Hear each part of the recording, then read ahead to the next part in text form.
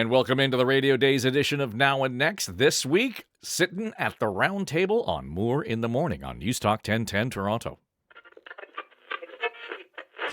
On round one, we are joined by Tamara Cherry from Pickup Communications, Dave Trafford, Chief Executive Producer at Story Studio Network, Tim Hudak, former leader of Ontario's Conservatives. He's now at Council Public Affairs. Good morning to y'all.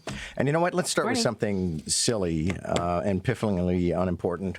But I love this story out of Quebec where they've come up with new regulations about how to play on the snow in schoolyards.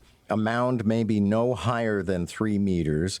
It cannot have an angle of descent that is over 25 degrees. And there must be, and this is my favorite part, a recovery and waiting area. Tim Hudak, for those of us who used to engage in that game, actually, when it got really slippery in the schoolyard, where you'd come up behind somebody and kick their feet out from under them. Oh, no. I mean, Were you a kicker, John Moore? Might have been. I probably got kicked a few times, too. But, I mean, this is what level of outrageousness is there, this? Well, first of all, I think this is a great Canadian debate, right? Like, it's a snow mound, snow hill, right? Snow pile, snowbank. I don't know snow mounds. Number one, there's the key mistake they've made, John. But what a great Canadian debate. How high should the hill be? What should be the angle of incline to get up or down that hill? When do you start wearing helmets? No wonder Legault reacted this way. It is outrageous, a waste of time. You wonder the thinking of people who would spend time doing this, although it has amused us this Wednesday morning. The biggest problem here, John, right now, the Toronto District School Board, they're kicking themselves wide and saying, why didn't we think of this first? Well, exactly. Dave Trafford, it's why I bring it up now, because I'd like to, wave off any pinhead on any school board in Ontario who's going to think about doing this. Oh, I'm sure Paul Calandra will be all over this, John. The minister will be out there with his ruler and all that, whether it's metric or imperial. He'll have it all covered off just because the trustees cannot be trusted to deal with the height of the snowbanks around the schoolyard. This reminds me of all those memes if you were born in the 60s or you were born in the 70s on social media and the stuff that we did. I think of it now. We would go out and play ball hockey at recess, and when you went back into the school, there was a garbage can there, and when all the sticks were there. There's not a chance that you're doing that anymore. My friends at Parachute, they deal with child safety and so on. They would tell you that the issue here is the distinction between what is hazardous and what is risky, and we want our kids to have risky play. And if that's what this is, then let them do it. And Tamara, it just boggles the mind to think that somebody actually sat down and started calculating degrees of slope, height of snow mound. And I love the recovery area. I would love to see the dioramas of this in sketches. So when I was a kid, I know my mom is listening to this, but Ma, you already know this.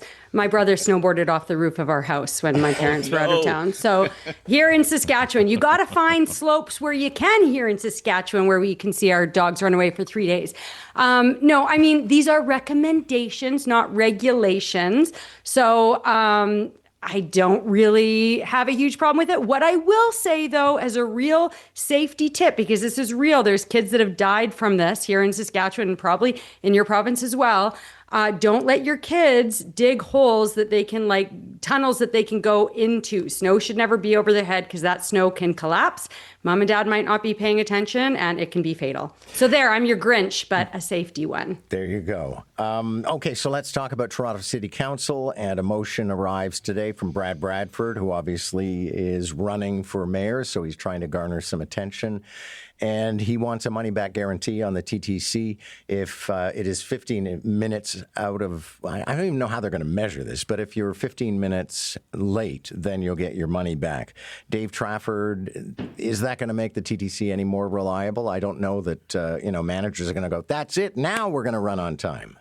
Well, here's the thing, and they sent along the piece from Matt Elliott this morning, and what was remarkable, and Matt's been at City Hall a long time, and he realized, holy cow, they already keep the stats on this. They've got data that says how often and which buses and trains and streetcars, et cetera, are late, and by how much, and for what reason. We've already got the information. We seem to be doing nothing with it, period. So somebody has been hired at City Hall to collect and analyze all that data and do nothing with it, to begin with. So I'm not optimistic to start. Having said that, if we can do it and we pay attention to it, we should be making the service run better. That's the number one complaint that you hear in terms of how the experience on TTC is so lousy. So that's one thing. But, again, you go back to how do you enforce it, and Matt kind of outlines the detail of around what caused the delay. Somebody's on the subway tracks. Well, okay, then how do we manage that? That's not the TTC's fault.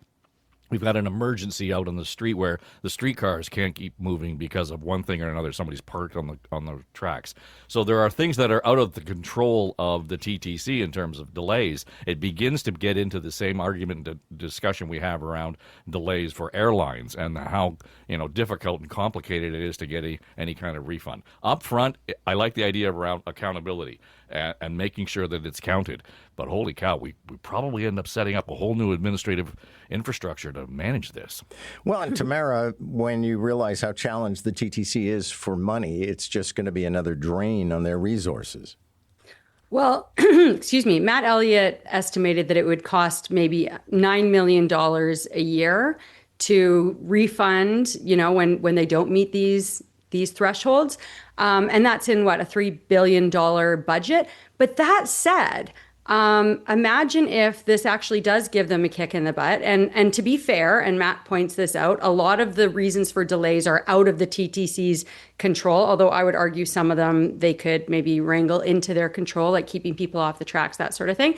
But maybe if they can actually keep these times down, more people would start riding the TTC, and then ridership goes up, fares go up. And I don't know, all in all, I agree with Matt Elliott that I love that big ideas are being brought forward. And this isn't just starting off as Toronto doom and gloom, the city's so dangerous under Mayor Chow, all of that.